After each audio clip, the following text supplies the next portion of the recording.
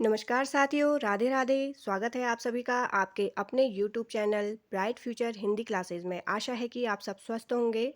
तो आज मैं आपके लिए हिंदी साहित्य का इतिहास के अंतर्गत आधुनिक काल में प्रगतिवाद की व्याख्या लेकर आई हूँ।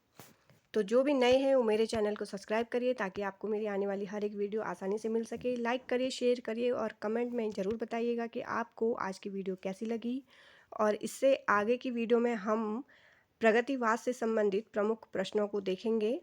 तो चलिए शुरू करते हैं आज की व्याख्या। प्रगतिवाद किसे कहते हैं और इस व्याख्या में हम ये भी जानेंगे कि प्रगतिवादी काव्य की प्रमुख प्रवृत्तियां क्या रहीं, कौन कौन प्रमुख इस काव्य के कवि रहे थे, उनकी रचनाएं कौन कौन सी थी।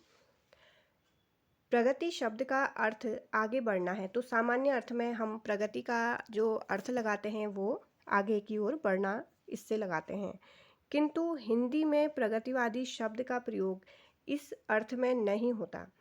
जो विचारधारा राजनीतिक क्षेत्र में साम्यवाद या मार्क्सवाद कहलाती है, वही साहित्यिक क्षेत्र में प्रगतिवाद के नाम से जानी जाती है। इस प्रकार हम कह सकते हैं कि साम्यवादी विचारधारा के अनुरूप लिखी गई कविता प्रगतिवादी कविता है। तो साम्यवादी विचारधारा के लिए जो भी कविताएं लिखी गई थी वो प्रगतिवादी काव्य के अंतर्गत रखी गई। साम्यवादी विचारधारा के आधार पर समाज दो वर्गों में बांटा जा सकता है। पहला है शोषक वर्ग और दूसरा है शोषित वर्ग। तो साम्यवादी विचारधारा के आधार पर समाज को दो भागों में बांटा गया है, शोषक वर्ग और शोषित वर्ग। तो शोषक वर्ग के अंतर्गत कौन आते हैं? शोषक वर्ग के अंतर्गत वे पूंजीपति, मिल मालिक, उद्योगपति और जमींदार आते हैं जो गरीबों और मजदूरों का शोषण करते हैं। तो जो गरीबों को, मजदूरों को परेशान करते हैं, उनका शोषण करते हैं, वो सब शोषक वर्ग के अंतर्गत रखे गए हैं। और दूसरा है शोषित वर्ग। तो शोषित वर्ग के अंतर्गत गरीब, मजदूर, किसान और श्रमिक आते हैं जिनका शोषण किया जाता है। साम्यवादी विचारक समाज में समता स्थापित करना चाहते हैं और यह चाहते हैं कि शोषण की प्रक्रिया बंद हो। इसलिए प्रगतिवादी कविता भी शोषण का विरोध करती है। तो साम्यवादी जितने भी विचारक रहे, उनका यही विचार था कि समाज में कोई गरीब अमीर ना हो और कोई भी किसी को परेशान ना करे, तो सभी जगह समानता स्थापित हो। इसीलिए वो लोग अपनी कविता के माध्यम से इस जो शोषण किया जाता था गरीबों का, उसका विरोध करते थे वो लोग। हिंदी कविता में प्रगतिवाद। हिंदी काव्य में प्रगतिवाद का प्रारंभ सन 1936 ईस्वी में हुआ। 1936 ईस्वी से 1943 ईस्वी की कविता प्रगतिवादी कविता है। तो एग्ज़ाम में ये भी पूछा जाता है कि प्रगतिवादी काव्य का समय क्या है, तो 1936 से 1943। हिंदी साहित्य के वे कवि जिन्होंने साम्यवादी विचारधारा से प्रभावित होकर काव्य रचना की, प्रगतिवादी कवि कहलाए थे। अब इनमें जो प्रमुख प्रगतिवादी कवि थे वो कौन कौन से थे? केदारनाथ अग्रवाल जी, नागार्जुन, रामविलास शर्मा, शिव मंगल सिंह सुमन, डॉक्टर रांगे राघव, त्रिलोचन शास्त्री। और इनके अलावा देखिए सुमित्रानंदन पंत, निराला, रामधारी सिंह दिनकर, नरेंद्र शर्मा आदि की रचनाओं में भी प्रगतिवादी तत्व उपलब्ध होते हैं। तो प्रमुख जो प्रगतिवादी काव्य लिखने वाले थे वो केदारनाथ अग्रवाल, नागार्जुन, रामविलास शर्मा, शिव मंगल सिंह सुमन, डॉक्टर रांगे राघव और त्रिलोचन शास्त्री जी। इनका नाम प्रमुखता से लिया जाता है। प्रगतिवादी काव्य की क्या क्या प्रवृत्तियां थीं? पहला है शोषितों की दीनता का चित्रण।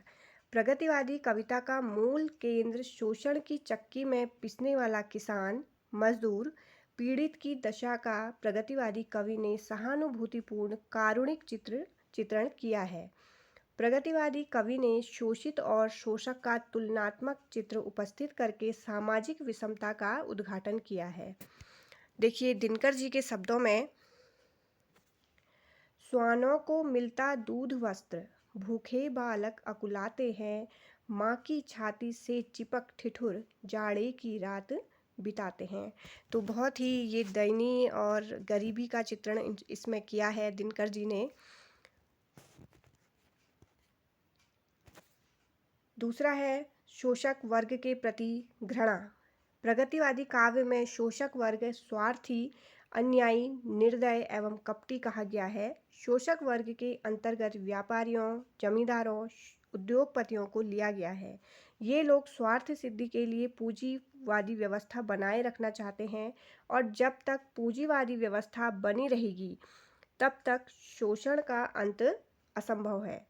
प्रगतिवादी अब इस व्यवस्था को भंग कर देना चाहता है और वो कह उठता है। तो वो क्या कहता है, देखिए प्रगतिवादी जो कवि हैं वो क्या कहते हैं, हो यह समाज चिथड़े चिथड़े, शोषण पर जिसकी नींव पड़ी। तो बहुत ही ज़्यादा उस समय शोषण किया जा रहा था गरीबों का, तो इसलिए ये पंक्तियाँ उनके हृदय से निकलती थी कवियों के। तीसरा है जो इसकी प्रवृत्ति रही, धर्म और ईश्वर के प्रति अनास्था। प्रगतिवादी कवि धर्म और ईश्वर में विश्वास नहीं करता है, वह इन्हें शोषण का हथियार मानता है। दिनकर जी ने कुरुक्षेत्र में लिखा है, भाग्यवाद आवरण पाप का और शस्त्र शोषण का, जिससे रखता दबा एक जन, भाग दूसरे जन का। तो वो बिल्कुल भी धर्म और ईश्वर पर विश्वास नहीं रखते थे। इसलिए प्रगतिवादी कवि ने धार्मिक विश्वासों एवं रूढ़ियों को तोड़कर विप्लव के गीत गाए हैं। वह चाहता है कि क्रांति की चिंगारी उन रूढ़ियों को जलाकर राख कर दे। कवि कुछ ऐसी तान सुनाओ जिससे उथल पुथल मच जाए, एक हिलोर इधर से आए, एक हिलोर उधर से आए। तो ये बालकृष्ण शर्मा जी की ये पंक्ति है। पंत जी ने भी युग की कोयल का आह्वान किया है कि वह अपने पावक कणों से जीर्ण और पुरातन को नष्ट कर दे। तो पंत जी क्या बोलते हैं अपनी कविता के माध्यम से, गा कोकिल बरसा पावक कण, नष्ट भ्रष्ट हो जीर्ण पुरातन। तो ये पंक्तियाँ भी एग्ज़ाम में अक्सर पूछी जाती हैं, आप चाहें तो इन्हें नोट कर सकते हैं। रामेश्वर शुक्ल अंचल तो ईश्वर की धारणा पर प्रश्न चिन्ह ही लगा देते हैं। जिसका ले ले नाम युगों से मांस लुटाते तुम रोए, किंतु न चेता जो निशिवासर और क्षुधातुर तुम सोए। तो इस तरह से वो अपने काव्य के माध्यम से अपना जो भी रोष था, अपनी जो भी नाराज़गी थी उसे प्रकट करते थे। चौथा देखिए, क्रांति की भावना। सामाजिक समता के लिए मार्क्सवाद में क्रांति का समर्थन किया गया है। प्रगतिवादी कवियों ने भी प्राचीन परंपराओं का समूल विनाश क्रांति के द्वारा ही संभव माना है। वह चाहता है कि पूंजीपतियों के गगनचुंबी महल भूमिसात हो जाए और सबको न्याय मिले। प्रगतिवादी कवि ने हिंसा को उचित ठहराया है, क्योंकि बहुत ज़्यादा जो जिनके पास पैसा था उस समय उन्होंने गरीबों को बहुत ज़्यादा परेशान किया था। तो ये कवि लोग और कुछ नहीं कर पाते थे, तो अपनी जो ये कविताएं थी उसके माध्यम से वो लोगों में जागृति भी फैलाना चाहते थे कि जो शोषित वर्ग है वो अपने अधिकारों के प्रति जागरूक हो और इस शोषण का विरोध करें।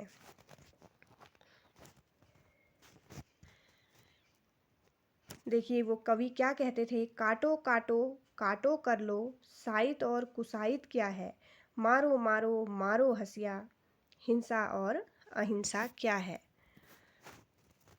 पांचवा देखिए, नारी चित्रण उन्होंने किस तरह से किया है। प्रगतिवादी कवि ने नारी का यथार्थ चित्रण किया है। वह न तो कल्पना लोक की परी है और न सौंदर्य एवं उदात्त वृत्तियों की पराकाष्ठा, अपितु वह इस लोक की मानवी है जो रात दिन पुरुष के साथ आर्थिक और सामाजिक विषमताओं को झेलती है। तो स्त्री की जो दशा है वो उसका चित्रण किस तरह से निराला जी ने किया है। तोड़ती पत्थर कविता में नारी का चित्रण देखिए, वह तोड़ती पत्थर देखा उसे मैंने इलाहाबाद के पथ पर, गुरु हथौड़ हाथ करती बार बार प्रहार, सामने तरु मलिका अट्टालिका प्रकारा। छठा जो इनकी विशेषता रही, सामाजिक जीवन का यथार्थ चित्रण उन्होंने किया था। प्रगतिवादी कवियों की एक प्रमुख विशेषता यथार्थ के धरातल पर उतरकर काव्य की रचना करना। उनकी रचनाओं में कल्पना रंच मात्र भी नहीं है। प्रगतिवादी कवियों ने काव्य में निम्न वर्ग का चित्रण किया है, जीवन में व्याप्त विषाद, भूख, गरीबी, बेरोजगारी और कठिनाइयों का यथार्थ चित्रण प्रगतिवादी साहित्य में ही उपलब्ध होता है। तो जीवन में जो भी देखते थे वो घटित होता हुआ यथार्थ चित्रण, उसे ही उन्होंने अपने काव्य का विषय बनाया था। सातवां जो इसकी प्रवृत्ति थी, शैलीगत विशेषताएं। प्रगतिवादी कवि की भाषा सरल है, शैली अलंकार विहीन है और मुक्त छंद का भी इन्होंने प्रयोग किया है। उनकी कहीं भी बनावट नहीं दिखती, वह आम आदमी की भाषा है। तो पंत जी क्या लिखते हैं, देखिए। तुम वहन कर सको जन मन में मेरे विचार, वाणी मेरी चाहिए तुम्हें क्या अलंकार। प्रमुख प्रगतिवादी जो कवि हैं उनके काव्य यहाँ पर लिखे हुए हैं। पहले हैं नागार्जुन जी। इनका जन्म 1911 ईस्वी और 1998 में मृत्यु हो गई थी। इनकी प्रमुख जो कविताएं हैं, काव्य हैं, वो हैं युगधारा, सतरंगे पंखों वाली, प्यासी पथराई आंखें, भस्मांकुर, तुमने कहा था। इनकी जो प्रसिद्ध कविताएं रही थी वो थी प्रेत का बयान, काली माई, अकाल और उसके बाद, आओ रानी हम ढोएं पालकी, वे और तुम, पाषाणी, सिंदूर तिलांकित झील, रविंद्र के प्रति।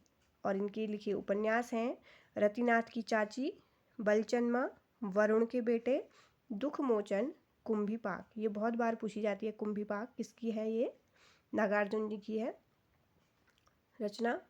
अनुवाद इन्होंने किसका किया, मेघदूत का किया है, गीत गोविंद का किया है और विद्यापति पदावली का किया है। विशेष टिप्पणी नागार्जुन के लिए, इनका वास्तविक नाम वैद्यनाथ मिश्र है। बौद्ध धर्म में दीक्षा लेकर नागार्जुन नाम इन्होंने ग्रहण किया था। दूसरा है, मैथिली में ये यात्री के नाम से लिखते रहे हैं तथा हिंदी में इन्हें बाबा नागार्जुन के नाम से जाना जाता है। तो मैथिली में यात्री इनका उपनाम है।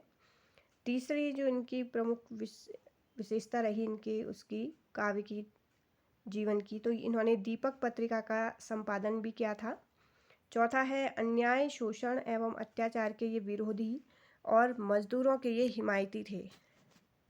और इन्होंने बहुत सारी व्यंग्यपरक रचनाओं के ये कुशल शिल्पी भी कहे जाते हैं। दूसरे प्रमुख कवि हैं प्रगतिवाद के केदारनाथ अग्रवाल जी। जन्म इनका भी 1911 है और मृत्यु 2000 ईस्वी है। युग की गंगा, नीत के बादल, फूल नहीं रंग बोलते हैं, आग का आईना, समय समय पर, अपूर्वा। तो ये इनकी प्रमुख रचनाएं हैं। विशेष टिप्पणी देखिए,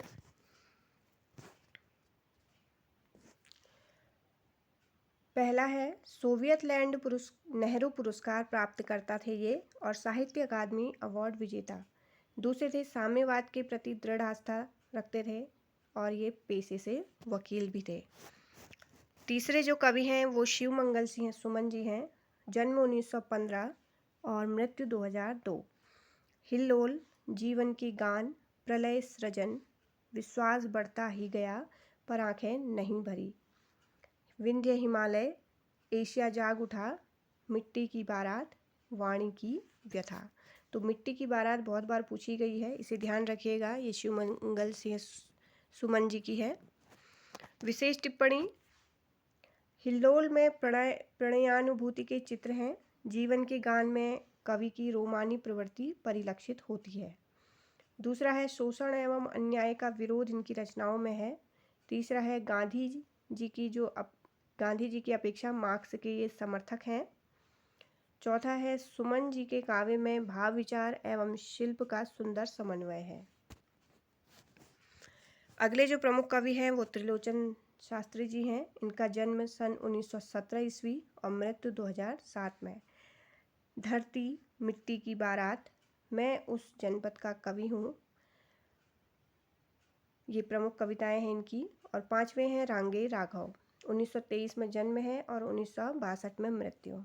इनकी जो रचनाएं हैं वो अजय खंडहर, मेधावी, पांचाली, राह के दीपक। तो ये प्रमुख कवि थे प्रगतिवाद के। आज हमने प्रगतिवाद के बारे में देखा कि उनकी क्या प्रवृत्ति थी और इनके जो प्रमुख कवि थे उनकी कौन कौन सी कविताएं थीं, इसका समय क्या था। तो आगे की वीडियो में मैं इसी से संबंधित कुछ प्रमुख आपके लिए वस्तुनिष्ठ प्रश्न लेकर आऊँगी। चलिए मिलते हैं मेरी नेक्स्ट वीडियो में, तब तक के लिए जय हिंद, जय भारत, धन्यवाद।